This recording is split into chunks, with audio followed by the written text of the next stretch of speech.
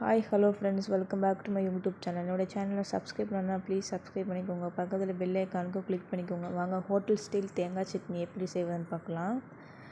ஒரு கடாயில் 2 ஸ்பூன் எண்ணெய் ஊற்றியாச்சு. எண்ணெய் காஞ்சோன்னே 3 வரமிளகா, ஒரு கொத்து கருவேப்பிலை, ஒரு 6-7 சின்ன வெங்காயம் சேர்த்து நல்லா பொன்னிறமாக பச்சை வாசனை போகிற நல்லா வதக்கி எடுத்துக்கோங்க. வதக்கின வெங்காயத்தை மிக்ஸி ஜாரில் மாற்றிக்கோங்க.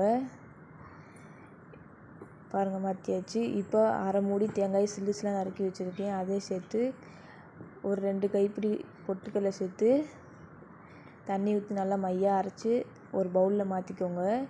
மாற்றியாச்சு. இப்போ தேவையான உப்பு போட்டு நல்லா கலந்து விட்டாச்சு. இப்போ சட்னியை தாளிச்சிடலாம்.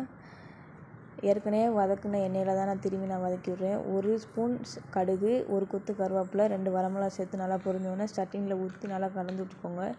இதே மாதிரி வீட்டில் செஞ்சு பாருங்கள். பிடிச்சிருந்தா ஒரு லைக் பண்ணுங்கள். தேங்க்யூ ஃபார் வாட்சிங்.